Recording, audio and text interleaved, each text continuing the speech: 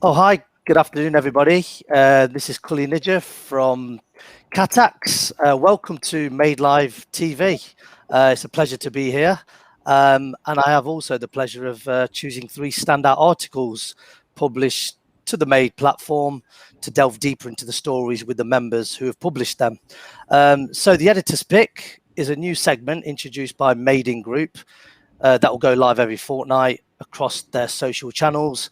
I also had the privilege of being a guest a couple of weeks ago, which was fantastic.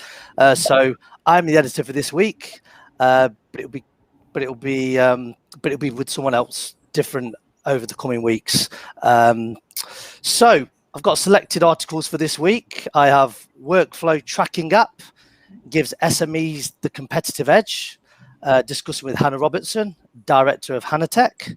Also, Alpha Manufacturing of Enos Thermochemical, get me words out, solutions collaboration to develop state-of-the-art production facility at Beacon Park, Stafford, which we'll talk about with Paul Clues, Managing Director of Alpha Manufacturing. And finally, Thomas Dudley Foundry Needs You, which we'll be discussing more about what they've done, and I have quite a few compelling questions to ask Thomas. So first of all, over to you, Hannah. I have a few questions for you here. First of all, congratulations on the launch of the new Glass Factory app. In the article, it says regarding the Glass Factory app, it aims to catapult the industry forward by bringing real-time transparency of order across multi-level complex supply chains.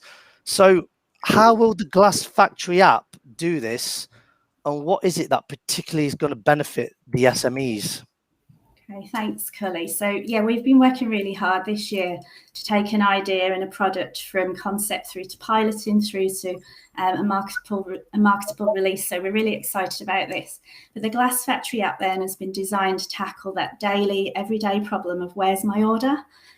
As customers now, we're all used to getting automated responses on fast food orders or Amazon orders or supermarket orders. But yeah, what we're doing is taking that process and applying that to the wonderfully complex world of manufacturing, where often the lead times are a lot longer. They can be more complex. There might be subcontractor processes parts in the middle of all that.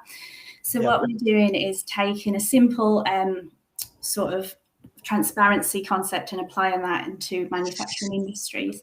So in terms of how will this benefit SMEs, the Glass Factory, the reason it's called Glass Factory is it's going to really open up factory doors or walls and let customers, and many manufacturers are B2B customers themselves within a supply chain, but let them see transparency on where their order is. It's a really simple and affordable and low-cost system that can either be standalone or it can be applied and integrated to enhance any system. So really, this is a step forward for SMEs. It's their first step or a quick win into their digitalisation plan. And it will help them start to differentiate on service or transparency or reliability to try to shift that conversation away from just purely price. Brilliant. Sounds fantastic. And in terms of like research, what was actually carried out in order for you to come up with the Glass Factory app itself, the actual concept of it, and how is the lack of visibility of an order affecting manufacturers?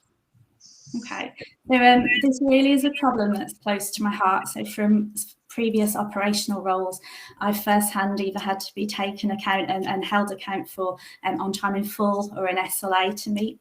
But I've also experienced from an ops point of view where some parts and lead times are not met. The worst case there is a plant stopper or plant outages. So this really is a problem that I've experienced firsthand. However, for part of the Glass Factory, I applied for an innovation fund and I was encouraged to do market research as well. So I spoke to many different business owners at multi-levels within supply chains, but I was particularly focusing on automotive or aerospace or construction industries. And the overwhelming response is, yes, this is a real day-to-day operational problem with not necessarily a quick fix out there, such as the Glass Factory. Oh, brilliant. No, keep up the good work. And lastly, how are the manufacturers so far benefiting from the use from actually using the Glass Factory app? Have you received any further feedback from the likes of fellow Made in the Midlands members, Frederick Cooper, for example? Okay, so the feedback's been really positive so far. The operators find it really easy to use and intuitive, which is the main thing, because we need them to start putting data into the app in the first place. The ops managers, they're finding the real-time information really useful for them and invaluable for planning and understanding where things are. So that's all internally facing. What I love about working with Frederick Cooper, and we've worked with them from the start to shape this solution as the pilot, is they gave me a real life scenario where they're in the part of a Rolls-Royce supply chain, Rolls-Royce are applying pressure on their customer, who in turn are applying pressure on themselves. So now Frederick Cooper are getting used to and more confident in the system and the data it provides internally. We're looking at that next move to starting to open that door and give their key customers that information as well. So yeah, real positive feedback really, and plan next steps ahead. Brilliant. I think keep up the good work and all the best for the future. Over to you, Paul. Firstly, big congratulations on the announcement of the new facility. So the new 35,000 square foot state-of-the-art production facility is based in Beacon Park, Stafford. Why did you go with this location, and what job vacancies will be available, more importantly, as it mentions the new facility will create up to 50 jobs? Yeah, thanks, Cully. Yeah, we're really excited about this new project. It's been something we've been working on for a long time, and it's great to see it coming to fruition now. It was a proud day a few weeks ago when we attended the groundbreaking ceremony.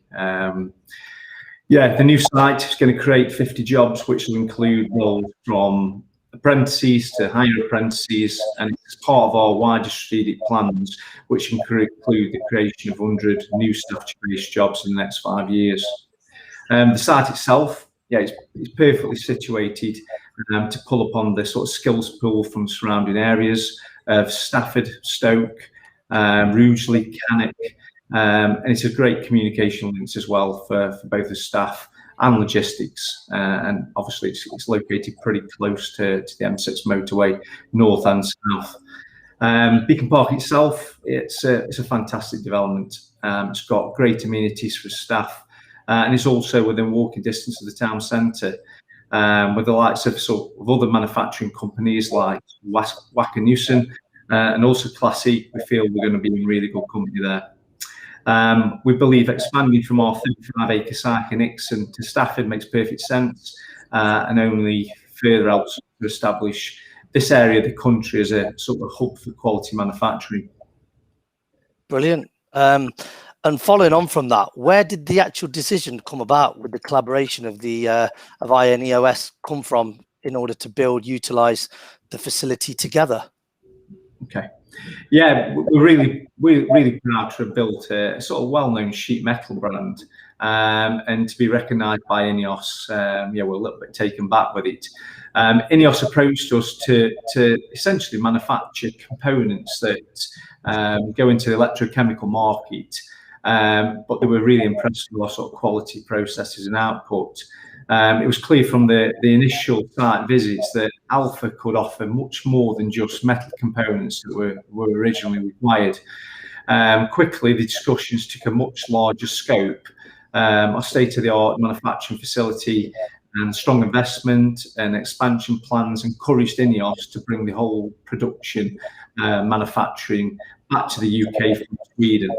So after 2 years of collaboration, we're thrilled to finally see the project go live. And it doesn't end there, with plans for the future developing all the time. Brilliant. I'll actually call it INEOS next time. I feel like I've devalued it by calling it INE, etc. And lastly, the new facility is designed and built to facilitate the manufacture of components of INEOS electrochemical solutions. So what new capabilities can we expect to see from Alpha? And tell us more about Alpha Integrated Solutions. Okay. Yeah. Well, Yeah, the new facility, as we call it, is Alpha Chemical Technologies, has been designed to accommodate high precision manufacturing processes that produce components for electrolyzers, essentially produce chlorine stroke alkali products. As always, we're very customer led, and we work closely with our INEOS every step of the way to ensure the new facility will be as efficient and effective as it can be. The new facility will feature both current and new technology to Alpha. CNC punching, CNC molding, TIG welding are some of the current processes we use, along with some really exciting new processes that we haven't essentially done before. Robot laser welding, progressive hydraulic press machinery. There's going to be robot spot welding with robotic pick and place equipment. So yeah, some really exciting equipment to go in there. The chemical technology site is second of the 2 new divisions that we've launched this year, keeping us well on track to deliver a fairly ambitious 5-year growth plan with investment over probably about £8 million in production facilities and machineries to come. We mentioned about Alpha Integrated Solutions. This was the first division we sort of launched earlier on this year. It's located on an airfield estate in Ixon, very close to our headquarters. And this particular operation is to assemble the sheet metal products that we're currently manufacturing for customers into essentially a finished product, becoming a sort of one-stop shop for our customers. Brilliant. Sounds like exciting times, and all the best. It just sounds, especially with the job opportunities, I think it's brilliant due to the year that we've had. I think it's a breath of fresh air. So congrats to you and the team. Cheers. Cheers. And finally, Jason, Thomas Dudley, congratulations on your, recruitment drive at Thomas Foundry. It mentions that the success has come from customers returning to the UK due to sourcing problems in Asia. What area of the business or product have you seen increase in demand for, if you like? Yeah, well, we've seen an increase in our traditional markets, first of all. So things like the rail industry, diesel engines, wood burning stoves and catering products. But the really exciting news is that products that haven't been made in the UK for many years, things like kettlebells and gym weights, we've really seen an explosion in those over the last 12 months. And the problems still continue with Asia, China in long lead times, high freight costs, and just more and more business continues to return. Brilliant. And in terms of the idea for the incentive, where did that actually come from for people to refer a successful applicant?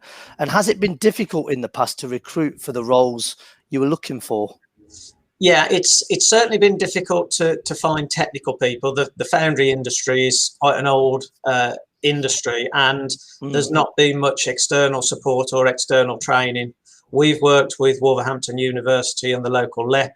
We donated some land, and a training college has been built. So now we've got a regular flow of students going through there. Internally, we've always offered an incentive to our people to recommend a friend.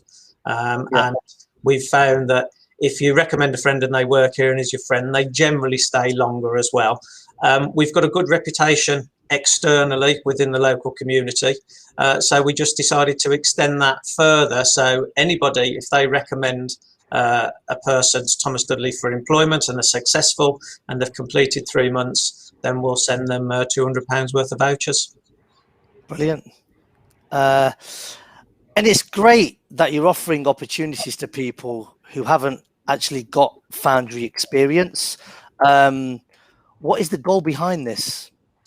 We always try to grow our people. I mean, I was very fortunate. I joined here on a YTS scheme in 1988 and spent 10 years doing various courses.